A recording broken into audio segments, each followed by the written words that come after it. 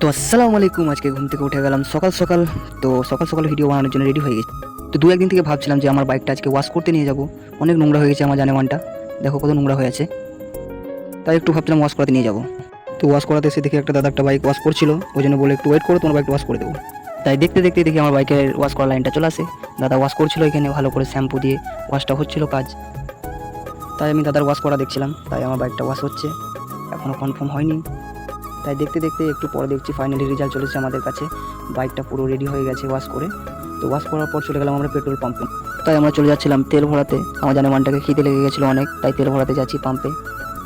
তো এই দাদা এদিকে তেল ভরতে শুরু করে দিয়েছে ট্যাঙ্কিতে। 100 টাকা তেল ভরে নিলাম। তো আমরা পাম্প থেকে বেরিয়ে গেলাম লস্যি খাওয়ার উদ্দেশ্যে আমার মামা ভাগ্নেতে। আর রাস্তায় আসতে দেখি প্রচুর জ্যাম। এটা হচ্ছে আমাদের ইলাম বাজার টোল প্লাজা। আজকে রোডে কিন্তু প্রচণ্ড পরিমাণে অনেক জ্যাম রয়েছে, তার কারণে আমরা আস্তে আস্তে যাচ্ছি সাবধানে। এত জ্যাম, তাই আস্তে আস্তে যেতে হবে আমাদেরকে। এটা হচ্ছে আমাদের ইলাম বাজার টোল প্লাজা। তো ফাইনালি আমরা টোল প্লাজা চলে এলাম ছেড়ে। আর আজকের ভিউটা দেখো কত সুন্দর, সন্ধ্যাবেলার ভিউ এটা। এটা হচ্ছে আমাদের অজয় নদী ব্রিজ। তাই ব্রিজের উপর দিকে পেরিয়ে যেতে হবে আমাদেরকে লস্যি খেতে। আজকে ভিউটা দেখো সুন্দর, কত সুন্দর।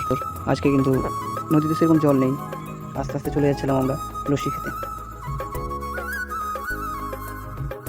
তো আমরা ঢুকে গেলাম ফাইনালি আমরা লস্যির দোকানে। আর এখানে প্রচণ্ড পরিমাণে ভিড় থাকে সন্ধ্যের সময় চা খাওয়ার জন্য।